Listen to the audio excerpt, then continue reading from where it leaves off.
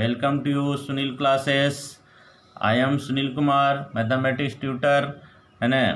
आज हम लोग है जो सीबीएसई क्लास 10th का चैप्टर नंबर 10 से सर्किल चैप्टर पढ़ने जा रहे हैं। उसका मैंने पिछले वीडियो में 1 से 5 तक का 10.2 एक्सरसाइज का मैंने एक्सप्लेनेशन किया था, और आज नेक्स्ट वीडियो मैं 6 क्वेश्चन नंबर 6 से बताने जा रहा हूँ। ओके, तो पहला मेरा 6 नंबर क्वेश्चन है जो इस तरह से है। The length of the tangent from a point A at a distance 5 centimetre from the centre of circle is 4 centimetre. Find the radius of the circle. तो ये हमारा क्वेश्चन है, इसको पहले हम लोग समझेंगे। ये हमारा एक सर्किल है, ये सर्किल का सेंटर है जो O है, और कोई एक्सटर्नल पॉइंट है जो ए है। एक्सटर्नल पॉइंट से इसका टेंजेंट है जो ये खींचा हुआ है, जो 4 सेंटीमीटर बता रहा है। ये 4 सेंटीमीटर है, ठीक है ना। और इस पर ये परपेंडिकुलर हुआ, और ये सेंटर से ये एक्सटर्नल पॉइंट जो है ए, उसका डिस्टेंस 5 सेंटीमीटर बता रहा है। ये 5 सेंटीमीटर हो गया। तो find the radius of the circle. ये हमारा रेडियस ऑफ सर्किल पी हो गया, ये हो गया, ठीक है ना। तो हमने ये थ्योरम नंबर 10 में पढ़ा है कि जब कोई भी सर्किल का टेंजेंट जो होता है किसी सर्किल के एक ही पॉइंट से होकर के गुजरती है, किसी एक ही पॉइंट को टच करेगा, ना कि 2 पॉइंट। तो एक पॉइंट को टच किया तो ये रेडियस जो होता है इस पॉइंट ऑफ कांटेक्ट पर परपेंडिकुलर होता है। तो इसी तरह से यहाँ भी ये परपेंडिकुलर हो गया, तो ये 90 डिग्री हुआ। तो इस तरह से ये क्या बन गया, एक राइट एंगल ट्रायंगल हो गया। तो इसी को हमको प्रूफ करना, ये इसका प्रूफ नहीं, ये हमारा सिर्फ वैल्यू इसका निकालना है, ओपी का। ओपी मतलब रेडियस। तो हमने लिखेगा इसमें, लिखिए इसमें सॉल्यूशन। इसमें ओ ए दिया हुआ है 5 सेंटीमीटर, पी ए ये हमारा 4 सेंटीमीटर, और O P equal to what. O P means radius. तो हम लिखेंगे यहाँ पर since O P is perpendicular to P A, इसीलिए angle O P A equal to 90 degree. ये कहाँ से आया, बाय टेंजेंट रेडियस थ्योरम, ठीक है ना। तो इसीलिए ये क्या हो गया, इसीलिए right angle triangle O P A, ये राइट एंगल ट्रायंगल हो गया। तो इसी में से हम लोग चलेंगे बाय पाइथागोरस नियम में क्या पढ़े थे कि यदि कोई ट्रायंगल है और ये राइट एंगल ट्रायंगल है, तो इसके सामने वाले को हाइपोटेनियस कहते हैं। ये हमारा परपेंडिकुलर हो गया, ये बेस हो गया। तो जब भी 90 डिग्री के सामने वाला को हाइपोटेनियस कहते हैं, तो बाय पाइथागोरस में क्या है, पाइथागोरस थ्योरम में, पाइथागोरस में हाइपोटेनियस का स्क्वायर, ये हाइपोटेनियस मतलब एच का स्क्वायर जो होता है वो पी के स्क्वायर प्लस बी के स्क्वायर के बराबर होता है। यही हमारा पाइथागोरस थ्योरम है। वही चीज़ यहाँ पर हम करेंगे। ये हमारा 90 डिग्री है, इसके सामने वाला ये हमारा हाइपोटेनियस हो गया। तो हाइपोटेनियस का स्क्वायर मतलब ओ ए का स्क्वायर बराबर हो जाएगा ओ पी का स्क्वायर प्लस पी ए का स्क्वायर। इसमें कहाँ से आया, by Pythagoras theorem. Pythagoras theorem के अनुसार हुआ। तो इसका पुट कीजिए वैल्यू। इसका ओ ए कितना हो गया, दिया हुआ है 5 का स्क्वायर। ओ पी कितना है, नहीं निकालना है, इसको नहीं दिया हुआ है। पी ए कितना है, 4 का होल स्क्वायर। कितना हो गया, 5 × 25। ओ पी का स्क्वायर प्लस 4 × 16, इसीलिए ओ पी का स्क्वायर बराबर क्या हो गया, तो 25 में से 16 घटा दीजिए, इसलिए स्क्वायर हटेगा तो इस पर रूट हो जाएगा। ओ पी बराबर कितना हो गया, ओ पी बराबर हो गया रूट, इसको घटाएंगे तो आ जाएगा कितना, 9। तो 9 का वर्गमूल कितना हो गया, इसका हो गया 3, OP हो गया 3, हेंस रिक्वायर्ड है ना, required radius of circle equal to 3 centimetre. यही हमारा आंसर हो गया। ओके, यदि समझ में आया तो आप लोग कमेंट करके बताइए। मैं नेक्स्ट क्वेश्चन की तरफ पढ़ते हैं। हमारा नेक्स्ट क्वेश्चन है, हाँ, तो नेक्स्ट क्वेश्चन मेरा है 7 नंबर क्वेश्चन बता रहा है कि 2 concentric circle are of radii 5 centimetre and 3 centimetre. 2 concentric circle है जिसका रेडियस दिया हुआ है।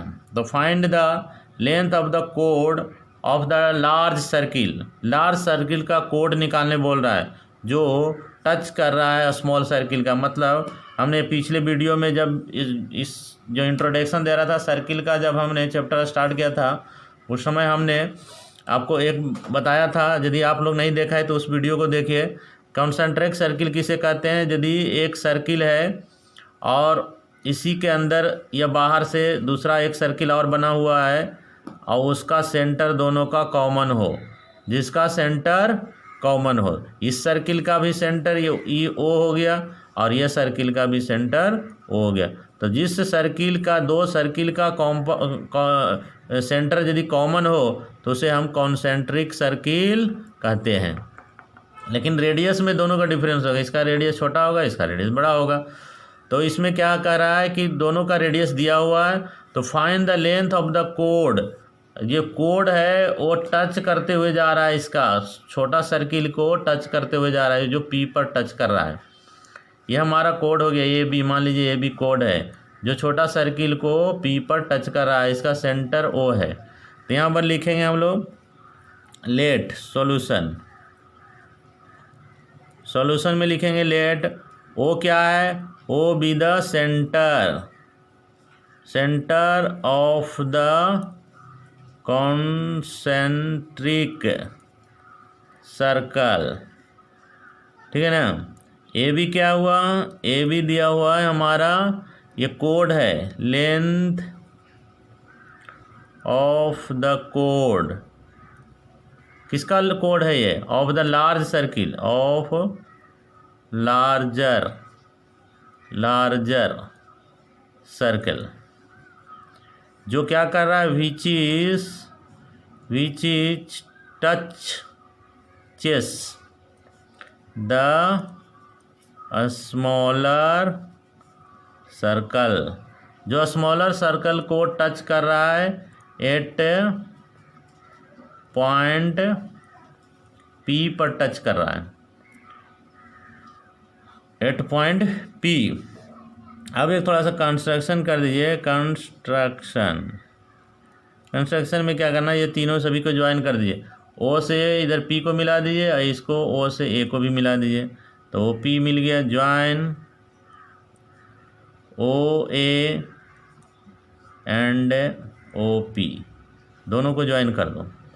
तो ज्वाइन कर दिए तो क्या हो गया, ये छोटा सर्किल के लिए, छोटा सर्किल के ये भी टेंजेंट का काम कर रहा है। हमने पिछले वीडियो में बताया, यदि कोई सर्किल है और इसको किसी एक बिंदु पर ही टच कर रहा है तो इसको टेंजेंट कहते हैं। और टेंजेंट पर जो ये सर्किल से रेडियस जो हमारा सेंटर से इस पर जो होता है परपेंडिकुलर होता है। तो परपेंडिकुलर हो गया, तो ये परपेंडिकुलर हो गया, तो ये हमारा कितना हो गया, 90 डिग्री हो गया। तो 90 डिग्री हो गया, तो इसका हम लोग उसी के रेडियस 10.2 का थ्योरम से बनाएंगे। तो यहाँ लिखेंगे, इसीलिए O P perpendicular to A B, ठीक है ना। इसीलिए एंगल क्या हो गया, angle O P A equal to 90 degree. कहाँ से आया, बाय टेंजेंट रेडियस थ्योरम, ठीक है। तो ये हमारा राइट एंगल ट्रायंगल हो गया। तो in right angle triangle O P A में, इसमें चलिए फिर वही पाइथागोरस का फार्मूला लगा। जब भी राइट एंगल आएगा तो पाइथागोरस का ही फार्मूला यूज़ करना है। तो ओ ए का स्क्वायर हो गया बराबर ओ पी का स्क्वायर हो गया और प्लस ए पी का स्क्वायर हो गया। ये कहाँ से आया? By Pythagoras theorem.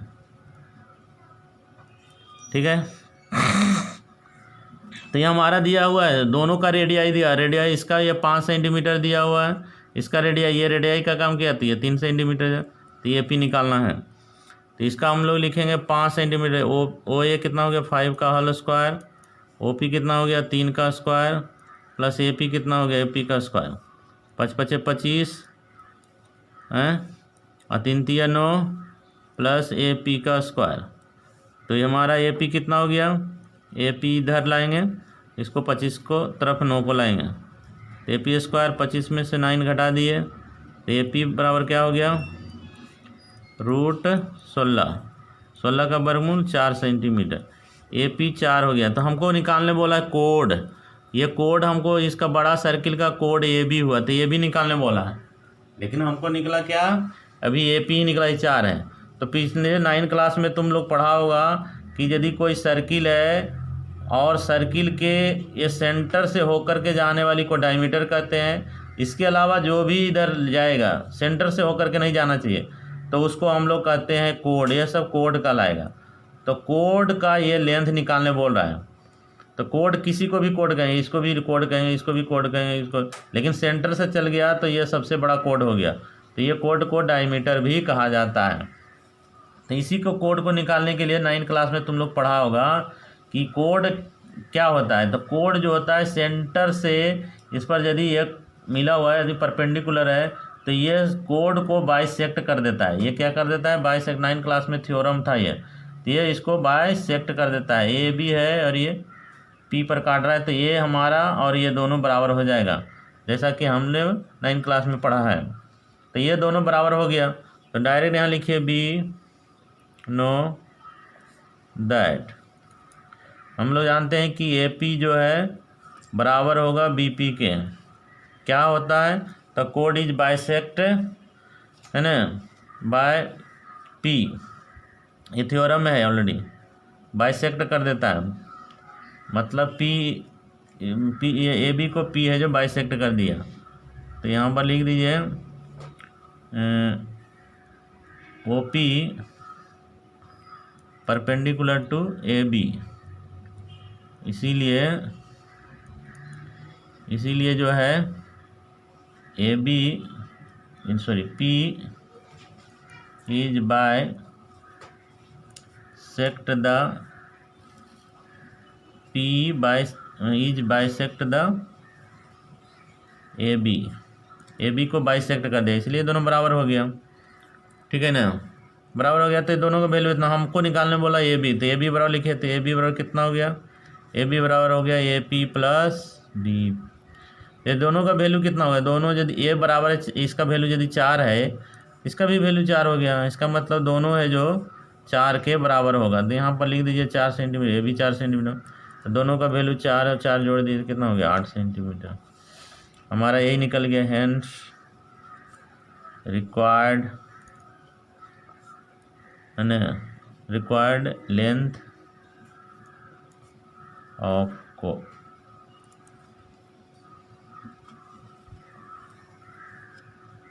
चल टू 8 सेंटीमीटर। ओके, समझ में आया तो लाइक कीजिए। नेक्स्ट हम लोग हैं जो 8 नंबर क्वेश्चन पढ़ेंगे। नेक्स्ट क्वेश्चन मेरा है 8 नंबर क्वेश्चन, ए क्वाड्रिलेटरल किसे कहते हैं, चतुर्भुज, ये जिसकी 4 भुजा हो, ये 4 भुजा हो, इसी को क्वाड्रिलेटरल कहते हैं। तो quadrilateral A B C D is drawn to circumscribe a circle, मतलब क्या हुआ, ये पहले ये इसका मीनिंग समझेंगे हम लोग। सर्कमस्क्राइब किसे कहते हैं, सर्कमस्क्राइब मतलब हुआ कि ये हमारा क्वाड्रिलेटरल जो है किसी सर्किल को कहीं ना कहीं टच कर रहा है। इसका 4 भुजा जो है, ये चारों भुजा जो है 4 जगह, इस किसी भी सर्किल को 4 पॉइंट पर टच करेगा। मतलब कहने का हुआ कि ये कोई सर्किल है, ये सर्किल को कहीं ना कहीं टच करेगा। ये सर्किल इधर टच किया, ये इधर है तो इसको इधर टच किया, ये इधर है तो इसको इधर टच किया, इधर है तो इधर टच किया। ये क्वाड्रिलेटरल है जो ये सर्किल को 4 पॉइंट पर सभी भुजा जो है एक एक पॉइंट पर टच करेगा। इसी को कहते हैं सर्कमस्क्राइब। सर्कमस्क्राइब मतलब चतुर्भुज की चारों भुजाओं जो है सर्किल को 4 पॉइंट पर टच करेगा, उसी को कहते हैं सर्कमस्क्राइब। समझ गए बच्चों? ठीक है, समझ गया तो हम इसी पिक्चर के आधार पर फिर हम इसको एक्सप्लेन करेंगे। ये दिया हुआ है, ये ए है और ये बी है और ये सी है और ये डी है। ये हमारा चतुर्भुज है। चतुर्भुज के चारों भुजा हम मान लिए। जो ए बी है जो ये पी पर टच कर रहा है, बी सी जो है इसको क्यू पर टच कर रहा है, पी क्यू ए आर, अरे यस, इसी तरह से यह सभी टच किया। तो हम उसी तरह से इसको लिखेंगे। यहाँ लिखे गिवन में लिखे ए बी सी डी, यानी be a quadrilateral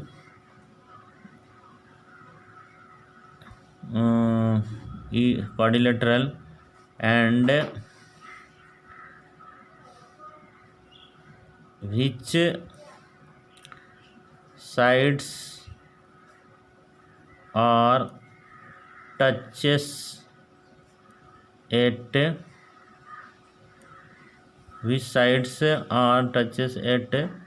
P, Q, R and S। Okay, जिसकी भुजाएं जो है टच कर रही है P, Q, R, S पर टच कर रहा है, तो ये हमारा हो गया पॉइंट ऑफ कांटेक्ट। ठीक है, तो प्रूफ करना क्या है? प्रूफ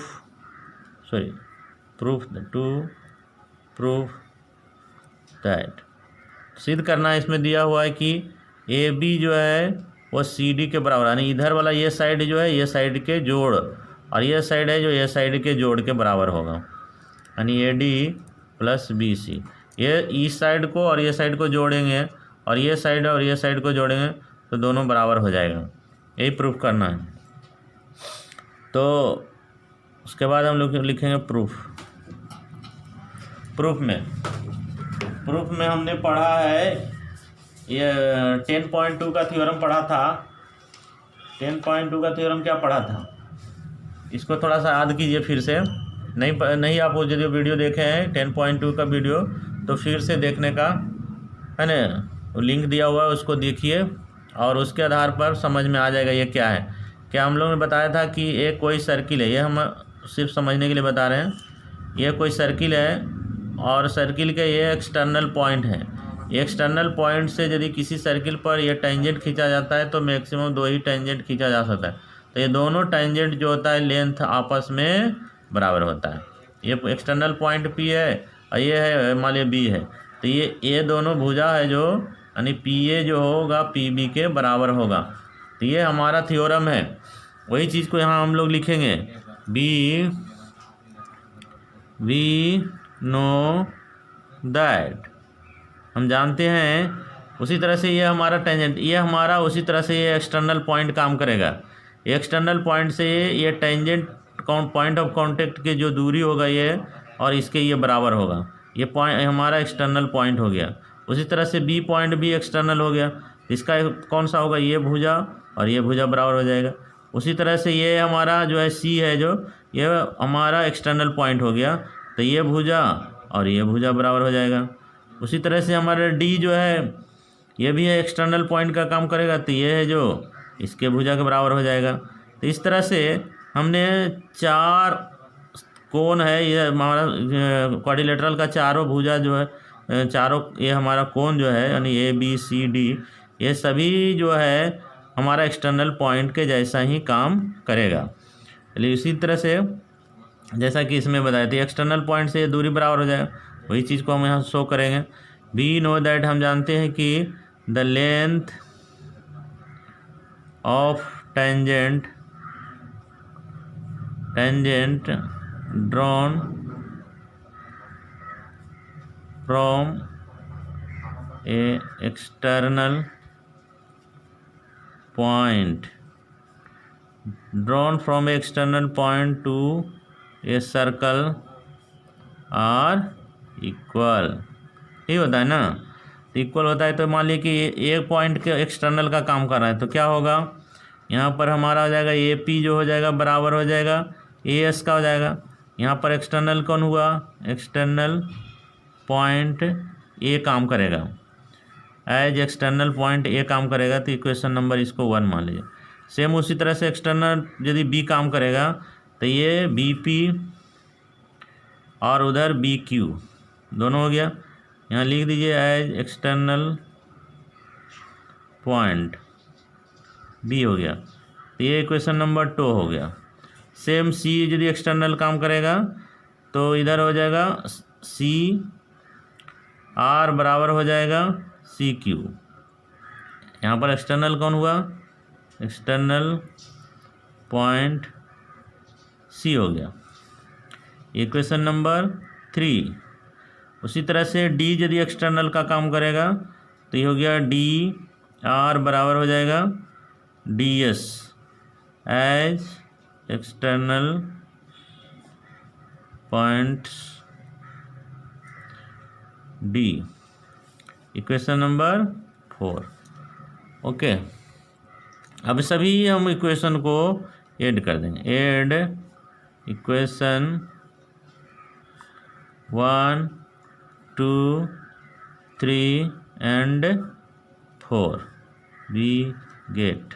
तो हमें क्या मिलेगा, ये राइट साइड को लेफ़्ट साइड को सभी को सेपरेट सेपरेट ऐड कीजिए। तो ये हमारा जितना लेफ़्ट साइड है उसको एक साथ जोड़ेंगे, राइट साइड है उसको एक साथ जोड़ेंगे। तो ये साइड वाला को पहले जोड़ेंगे, A P plus B P plus C R plus D R, ये साइड को मैंने लिख लिया। उसके बीच में इधर बराबर है तो ये बराबर लिखेंगे। इधर फिर लिखे A S plus B Q plus C Q plus D S. अब सभी को ये हम हमारा जो फिगर दिया हुआ इस फिगर का कुछ मदद लेंगे इससे। तो मदद क्या है, ए पी जो है, देखिए ए पी जो है बी पी, ए पी और ये बी पी दोनों मिल के क्या हो गया, ए पी और बी पी मिल करके ए बी हो गया। तो ये दोनों को एक साथ रखेंगे। इसमें देखिए फिर सी आर और डी आर, इधर देखिए सी आर और इधर डी आर, ये दोनों मिल करके हो गया हमारा सी डी। ये दोनों को एक साथ रखेंगे, ये दोनों को एक साथ रखेंगे। यहाँ लिखेंगे तो ये दोनों मिल के क्या बन गया, यहाँ पर ए बी, ये दोनों मिल के क्या बन गया सी डी। सेम उसी तरह से थोड़ा इसको भी एडजस्ट करना है। ए एस, इधर देखिए ए एस के साथ कौन है, डी एस, ए एस का साथ है डी एस, ये दोनों को एक जगह लाइए। तो ए S plus D S plus ये बी क्यू, इधर देखिए बी क्यू है जो सी क्यू, बी क्यू जो है वो सी क्यू। थोड़ा सा पिक्चर का हेल्प लेना होगा, ये थोड़ा सा इसके मदद से ये दोनों को वैल्यू बैठाएंगे। ए बी कितना हो गया, सी डी हो गया, ये दोनों वैल्यू मिलके कितना हो गया हमारा ए डी हो गया। अब प्लस बी सी मिल करके कितना हो गया, बी सी हो गया। तो यही तो हमें प्रूफ करना था, ये हमने प्रूफ कर दिया। आप लोग को समझ में आ गया होगा। मैं जैसा मुझे विश्वास है कि ये बहुत मैंने अच्छा से एक्सप्लेन किया है, आप लोग को बहुत अच्छी तरह से समझ में आ गया होगा। तो समझ में आ गया तो लाइक करें और सब्सक्राइब करना ना भूलें, है ना। सब्सक्राइब कीजिएगा और बेल आइकन को दबाइएगा, तभी आपको नई नई वीडियो का नोटिफिकेशन आपको हमेशा मिलता रहेगा। ओके, नेक्स्ट क्वेश्चन मैं अगले वीडियो में बताऊंगा। सो थैंक यू, धन्यवाद।